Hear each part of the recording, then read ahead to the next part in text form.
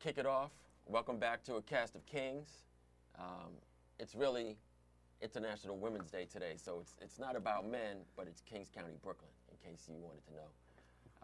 Located next to Queens County. That's right. It's all good. Shout out to the Queens. So Bruce Curtin, your host. We got a special guest today, Adrian Franks. What's good, sir? What's up, man? All right. You know, what's going on?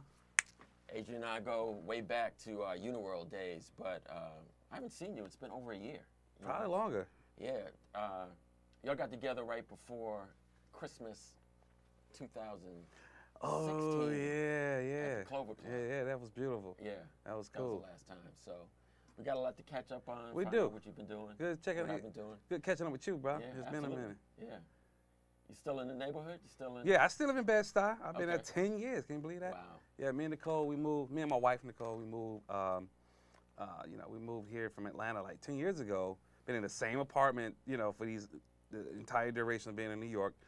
And we're gonna be there until I either buy something in the region because I can't buy in Bed-Stuy, or I go somewhere else. But New York, I love it. It's not Atlanta, but it's better in my opinion. In a lot of aspects. So home was always gonna be the heart, but I love New York right now. Yeah, I know. We've talked about Atlanta before because Yeah. I lived in Atlanta for 13 years. Yeah. And I had mixed emotions about it, right? Like I loved it at first, probably like the first 4 years. I think I just got bored. But what year was that? I was there from 96 to 2000. So, yeah, 95 to 2000. So you came like when the city was changing changed. for like the second time, right? Because of Yeah. the Olympics. The Olympics really changed. Freaknik. Right. I mean, it was beautiful, right? The music industry was booming. Then post 2000, you probably got. It got a little bit too big for itself, I think. Yeah. And funny because I lived there twice. So I lived there 84 to 86. Oh, I really? actually liked it better then. In 84? Yeah. Well, yeah, it was definitely up and coming. It was up and coming, but it still felt like it was unique, right? Like True. And for me, coming from the Northeast, it was like a real Southern City. town. Yeah, it was. Right? It's pre-Olympics. Pre-Olympics. It had, like, Midtown had all these little underground clubs that were a little more, I'm not going to say exclusive, but you had to be in the know to know where they were, right? That's true. The strip club scene was still popping, but it wasn't It's like still popping now. like it is now. It's highly commercial. Highly That's very true. So I liked it then. I was younger too, so, and I was single. So. Well, there you go. That's why you liked it. Yeah. That's cool, man. But we got a long list to talk about. Let's just kick it off. All right, bet. First thing,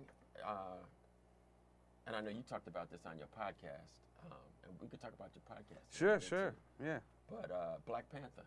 What do you think? Black Panthers, I will say it's a paradigm shift if you want to look at it like that. I mean, me and a couple of my friends, a friend of mine by the name of Quentin and a couple other guys, was kind of like, building one day. It was like, well, when is this idea of black consciousness is actually going to kind of permeate back into the culture, right? Because of, nothing against a lot of things in hip hop, but right now hip hop is party, and it's cool. Right. Hip hop was like that back in the early '80s, and then it swing, the pendulum swing. But we often talked about it's going to take something in mass media to kind of get people to start thinking a little bit more, for lack of better words, more substance, Afrocentric, conscious, or just being aware, right? And I think something like a Black Panther, it is at least allowing us to have conversations about that again, right? And more than anything, it's inspiring young generations of, black kids to say, hey, I can be a superhero.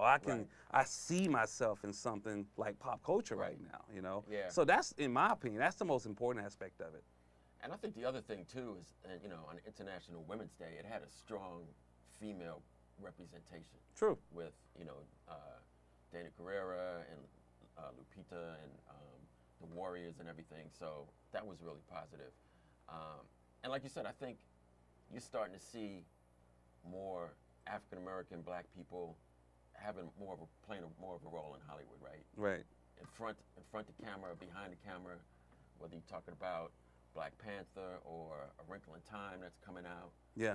Get Out with Jordan Peele just winning an Oscar. But can I say, maybe me being pessimistic, somewhat cynical, right? Okay. Because, you know, I'm an artist, and we just sometimes think that way. Right. Like, is this moment going to continue, or this is just Hollywood placating to us right now, right? But that's a good question. I don't know. I mean, I think time will tell. I think that until we take control, right, it could be just them placating us. Yeah. I hope not. Yeah, I hope not. But it busts a couple of myths, right? Hollywood always said African American movies don't travel internationally. True. So that's been proven wrong. Because because you know Disney understands its core users like nobody else. They put money behind it, right? Hollywood would biasly will have a bias about which films they're going to put money behind, and a lot of that was because of Old Boys Club. Absolutely. Which means, in my opinion, to truly change Hollywood, you got to change the money construct. Yeah, you do. You do. I mean, because that's who's greenlighting the films, right? I mean, the guys with the money, the guys who sit on the boards. You don't change any of that. Then that's cool that we're having Me Too moments, Black Lives Matter moments. That's cool we're having those, but those institutions, it has to change. If those things don't change, then it doesn't mean anything. There will be a future Weinstein. Yeah. There's gonna be future issues until those things change. Well, maybe, hopefully, someone like Charles King can start to change that, right? And I think, having that person who has the green light ability, and has that, the ability to get money, and to bring on talent that he wants. I mean, I think that could be just like the beginning. Or Will Packer, or what the sisters was, some of the sisters doing their thing at Netflix who helped greenlight She's Gotta Have It. Yeah, or Issa Rae, people like that. So, or Ava, definitely Ava, Yeah, Ava, right? So, I think if they keep making money, right, sometimes it surprises them. Like Get Out, all of a sudden blew up. I'm sure they didn't think it was going to make that much money. Right. Right, and then you're kind of crazy if you don't keep doing that, if you're managing one of these studios. Right. The TV show Atlanta, right? Oh, look. I mean, I guess we're talking about ATL again, but it's a great show. It is a great show. It's a great show. You seen the season open? Season 2? Robin season. Man, it's good. What's it called? Florida Man. Florida Man. You know what I love about that? The writing room is so dope. And from rumors that I've been hearing that the writing room is, or just the writing in general, is kind of unconventional. Right. Even how they shoot the show is a very unconventional way of shooting and creating ideas on the fly, as opposed to having to have the writing room, actually lead everything. It's this sense of these guys kind of working agile. So you can have an idea in the field. Send it back to the writing room, see what they think, and send it back out and shoot it, right? Yeah. But I would say that the writing is really bringing a lot of great cultural insights, or not even just cultural, just really deep insights from media. Like the Florida Man, how the media talk about white guys who may commit certain crimes. They never say their names. Right. It's always anonymous. It's anonymous, ambiguous. Yeah. Like the guy who shot the people, unfortunately, out in Vegas, they mentioned his girlfriend before they mentioned him. That's right. And they would say, shooter out in Las Vegas. Right. So when ATL, the episode talked about Florida Man, it was really ingenious. Yeah, it was. It was very ingenious. And that's true. Like the guy in Vegas, I always ask my girl, what happened to the guy who, not to change subjects, but the guy who ran the car into the people in Charlottesville? Nobody talk about him. Anything about him? Do you know his name? No. Not He's at the all. guy that ran the car into people in Charlottesville. Yeah. That's his name. Right. Right? That's it. That's it. That's crazy. The guy who shot up the church in Florida. Yeah. Right? Yeah. So That's it. That was genius. It's really good writing. And, I think ATL or Atlanta, you don't even have to be from Atlanta just to get it. Understand. Because I know white people watch it, they're like, it's a very good show. It is. And they understand it. It's really good writing. Yeah. Donald Glover, he's a genius. He's doing everything, right? From music, comedy, TV, film. Yeah. Yeah. Lando, he's Lando Calrissian. Yeah, man. Yeah, he's coming up. Yeah. Some people are mad about that. I know. Because, not because Kobe won, but because Kobe won. Right. Because he was accused of sexual harassment. Correct. Issue came back. Correct. Yeah. I think that whole issue with the Me Too movement and everything seems to be, and I support women and their drive to be on equal footing and not have to work in a hostile environment and everything. But sometimes it seems like there's no due process in how they attack people. Right. And it seems like it's going overboard a little bit and not for Republicans or conservatives, right? If they do something, they don't. Well, I mean, therein lies the problem. Republicans stand behind their candidates regardless. Yeah. I mean, we got a president currently sitting in office accused of, sexual misconduct. I don't want to say the R word. Right. But that Obama could have never did. I don't even think George W. Bush could have did that, let alone Obama. But I guess a guy like Trump, because of who he is, he can get away with that. Yeah. So let's ask that question. It goes back to what I was saying about the Hollywood thing, right? If Me Too is going to truly be effective, I mean, outside of it just being a hashtag or a mantra or some type of calling, how do you really make that truly stick? Because if the people who are committing these crimes, they're still in control in the boardrooms and with the money. Right. So again, how do you change that? How do you really change that? Because what I found out, rich people, one thing they don't like to do is give up power. And people who are in power don't like to give that up either. Yeah. Regardless of who's high. Yeah, and until you get more female representation, that's not going to change. Yeah. And even then, there are women in Hollywood. I mean, they meant, like the Amy Pascals and people like that who have green light ability. Right. But I think the difference is everybody knew that stuff with Weinstein was going on. 100%, and they participated. Yeah. And they covered up. Yeah. It was part of the machinery. But that's a deeper question about that, right? Not to get too off subject, but, and I hear other, sisters talk about like, yes, Me Too was started by a sister, ironically, but sisters been dealing with Me Too for the last couple hundred years. Right. Right? And even currently to this day, they feel like there are two distinctive parts of that. Like, Me Too is only thinking about the issues of, quote unquote, white women, as opposed to all women. Right. I'm not making this up. I've heard this from multiple sisters. Yeah. Yeah, absolutely. That's all I'm saying. So it feels like that Me Too is not really thinking about the true sense of feminism across the board with all women. It's just kind of focused from the perspective of white women. Yeah. That's definitely true. Shifting topics a little bit, you've been up to some interesting stuff lately since how long ago did you leave Uniworld? That had to be. This is what, 2018? I left Uniworld in 2013. So 5 years. 5 years. I can't believe that. Yeah. It was 5 years ago. So since I've left, I worked for 2 technology companies. I've kind of got back into doing a lot more digital stuff. I've launched this site called Pepper, pepperarchives.com, and Pepper is .tv, which is a streaming platform that we're still trying to figure out what we're going to do from a beta standpoint. Right. But with Pepper Archives, this is like our take on doing content that you can license from the perspective of culture, right? Okay. So whether it's going to be video, photography, illustrations, beats, all these things can be licensed out to ad agencies, film houses, publishings, or whatever, right? Okay. Me and a couple of my friends, we launched this podcast called Ad Brothers, or Ad Bros. Right.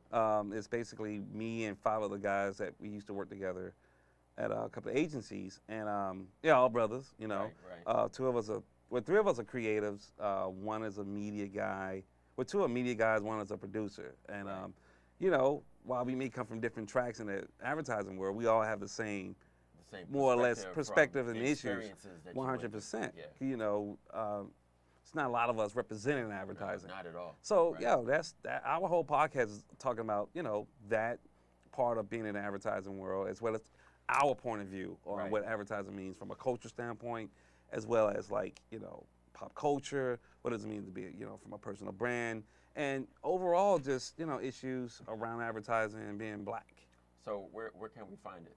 You can find it currently on SoundCloud. Search for Ad Bros, and that you use the S as the money sign. I'm trying to make some money. But you can also find it on Apple Podcasts. Okay. Yeah, so we publish one area and it covers both. And how often do you tape it? This is a funny thing. We're trying to make it season. Right. Like this is we're recording around seasons. We're not trying to say that we're going to commit to recording every week. Cool. The biggest thing is we can't. Well, time, and we can't get all the brothers together. Right. But more than anything, we just want to be able to talk about something where it makes sense. So if we don't have anything to talk about, then why record? Yeah, right? that's true. You know, 'cause Yeah. podcast is a little bit more forgiving like that. Although podcast has become this thing that people are looking for these episodic kind of approaches, or they're looking for you to put out something On a every regular week. basis, right? We're just gonna put out things that we feel it makes sense, then we put it out. So other than that, what else you been up to? I know you're kind of like an artist. You do a little bit of everything. Designer. Yeah, art, design, overall creativity. Like I said, just running my studio from right here in Fort Greene. You know, always trying to be a good husband, supportive husband, and just living, man. And just trying to just get it like everybody else. Traveling a lot. Where have you been recently? Back in November, me and Nicole went to Copenhagen. Oh, nice. Yeah, it was great. Great design, great art, great architecture, food, whatever. Yeah. If you're into hot dogs, and I'm not that's even big, right? Yeah, it kind of invented the whole, Okay. I guess food itself, right? But no, it's really, really cool. It was a little cold, but rightfully so, it's November. Right. But overall, it's very nice place, man. They really got this civic planning thing down to a science, Are they like riding bikes there too? Like Big into bikes. Yeah. There are more bikes there than cars. Yeah, that's what I've heard. I've never been, but I've seen pictures and I've heard people say that they will run you down if you walk out in front of a bike. Yeah, they're pretty aggressive with the bikes at times, but overall, they're pretty nice people. Yeah, pretty nice people. The civic planning, though, allows for bikes to coexist almost seamless with cars and people. Mind you, I mean, this is weird. I want to say they said that Copenhagen, like some of the locals said, I think it's 800 years old. It's an old city. Yeah, and it's weird because, we think like America is old. America's only 200 and what? I don't know. Something years old. Yeah. 1776. 250 plus years, more or less, something like that. Something like that, yeah. But they've been around 800 years, and it's weird because it's an old city, but they got the civic planning down right. It's very modern. It is modern. Right. But never, to our defense, they don't have, more 10 to 20 million people living there either, right? True. So the footprint in terms of human beings is not as big as, New York. Right. So that allows these guys to innovate a little bit better with the civic planning. Yeah, Their trains. They don't have as much infrastructure They don't. to really deal with. And they can scale the infrastructure a little bit better. Right. The trains, they've had their public transit now for 15 years. It's fully automated. It's new. Right. It's fully automated. It doesn't block you from getting on. It basically entices you to get on, then you transact. Okay. Whereas our MTA is keeping you out of the station right, until you can get in and you figure it out yourself. Right. Yeah. So you live in Bed-Stuy. What's hot? Where do you go? You find any new restaurants? Any new lounges to hang out in, or are you still? I know I used to bump into you at Brew. Yeah. Don't go to Brew as much. It's weird. I don't know. Brew, still black owned. Yes. But I've been feeling like that's been, I guess you want to say gentrified, but some people consensus that feel like that Brew it's not what it used to be. Right. And I don't know what it is, but I feel like the other, spot called Cocktails. Yes. That feels innately what Brew used to feel like. Okay. Right? And people are saying that Brew Has it become too big? I don't know if it's become too big. I feel like the culture changed. Right. Let's just leave it at that, right? Okay. I mean, maybe just start there. The culture's not what it used to be, and mine's just like nowhere from where I live at, But I just don't know. There's something about the culture that's not the same. Yeah. There's same drinks, but the culture's changed. Right. I don't go that much. I've actually DJ'd at Brew a couple times. I've had birthday parties there. Yeah, I think I came to one of yours. Yeah. The last time was maybe like 2 months ago. It's definitely a very diverse crowd. It is. And I like diversity. I just feel like the vibe is different. Yeah. I don't know what it is. It's just the vibe is a little different. It feel like Brooklyn. It doesn't feel like Bed-Stuy. I feel like it can be in Williamsburg, Bushwick, Lower East Side. It doesn't feel like that's the vibe I get from Lovers Rock. Right. Like the couple times I've been in there, I was thinking, first of all, I don't want to stand in line to get into a lounge in our neighborhood. Right. And then it's young, and it's mostly white, and I just don't feel at home there, even though it's in Bed-Stuy. Now, Cocktails are right around the corner from my house. Yeah, it's cool. And I like it, but it never seems to be enough when I go in there. Like, if I just want to go have a drink and not really have people to talk to, it just seems a little like they It's don't a have production. enough of a clientele. Well, it's a production to get there. It's a production to get people to come, and it's not casual. No, like, Brew it's is not. very casual. Yeah. I go to Ode to Babel, but that's technically not Bed-Stuy. No, it's not. Yeah, we go to Sisters. Technically, that's still, well, depending on who you're Clinton talking Hills or, yeah. Some people say that's Old Fort Greene, but some people say that's Clinton Hills. Depending on who you talk to, but nonetheless, it's not Bed-Stuy, right? No. Yeah, Bed-Stuy's weird. It got a lot of, like, it's this new record store on Bedford. On It's Bedford. I walked past it. It's a record store coffee shop? Yeah. I don't know, man. See, I didn't walk in. I walked by and I was like, oh. It's dope, and I'm a designer. I like the aesthetic, but it's kind of like, yo, I don't know. Like, it doesn't feel inviting. Yeah. And you're selling Seems kinda records like, cold. it is cold. You're selling records for $20, $30. That's interesting because there's this cat I spin with, DJ Jeremy. What's up, Jeremy? White cat, but cool as hell. Right? Yeah. Got a crazy selection of vinyl. Is that the guy with like the black cap? The black cat with the and peel? glasses? Yeah, he's cool. Yeah, he's he's mad cool. chill. So he got good music taste. He good. Another place I go to is Treehouse, which is right around the corner from my house. Bumped into Jeremy one day, and he's like, "Hey, I've seen you around. You should come spin with me." I'm like, "Cool," but he only plays vinyl. Yeah, So he I do. had to dig all these old vinyl I had from when I was spinning back in the day out my mother's basement, and every now and then I'm like, "Well, I need to get something new." Right. And new vinyl is like $20. $20, $30 And I'm like, yo, for used vinyl. For used Not vinyl. even new. Oh yeah, if you're getting some new, it's like $30. Yeah. So I guess they just don't make enough so that. They But get it. I just feel like, I don't know, that spot is on Bedford, nothing against it, but they're selling Dusties. They're not even dusty. They're brand new. Right. And they may have some old ones, but I just feel like, I don't know, it just feels, I don't know, weird. Yeah. It's too bad my other co-host isn't here today. Kenny grew up like me. Well, I grew up in Crown Heights. He grew up in Bed-Stuy. Yeah. He's ready to go because he's like, I don't feel like this is where I grew up anymore. He actually said, I feel like my history is getting erased. Where he want to move to? He's thinking of D.C. Yeah, Chocolate City. Philly, where we go to Philly a lot. Philly ain't that far. It's not that far. And Philly's still, to me, like what Bed-Stuy was 20 years ago. What part of Philly? North Philly? North Philly. Okay. Or Miami. That's where he's thinking. Because Yeah, Miami. yeah, Miami's completely different. I think that's because of the weather. Okay. But I think that for the cats who've grown up here, there's too many places. Too many times I walk into a place And you feel like and I just feel like they treat you like a stranger. Yeah. You're like, hold Right, up, like, hold up, yeah, hold who's up, this hold guy up. over here? Yeah. Yeah. They're like, why you here? And I'm Right. like, why you Why here? are you here? Yeah, it's crazy. So And mind you, I'm not even from, New York, but I feel like, being here for 10 years, I feel just as much as home as I do As back in anywhere ATL else, yeah. because of, you've culture. been here for 10 years, and But you it's were a culture. in the mix. And it's a culture thing, right? Because, for the most, black people treat each other for the most, more or less the same, regardless where you're from. But I do Right. feel like there are a lot of new establishments popping up throughout Brooklyn, at least central Brooklyn. And I don't know, man. You walk in and you get a weird vibe. Yeah. You know what I mean? It's hard to explain, but I get what you're saying. Yeah, they It's treat you just like a stranger. Yeah, right. Like, oh, well, how you know about this? Why are you here? Or, yeah. Where are you from? Where you from? Or more so, I don't know how to approach you, so I'm gonna treat you weird Right. because I'm wigging out right now. Right. Even though they don't even recognize that they're wigging out. It's the weirdest Yeah, stuff, it's man. weird. Spike.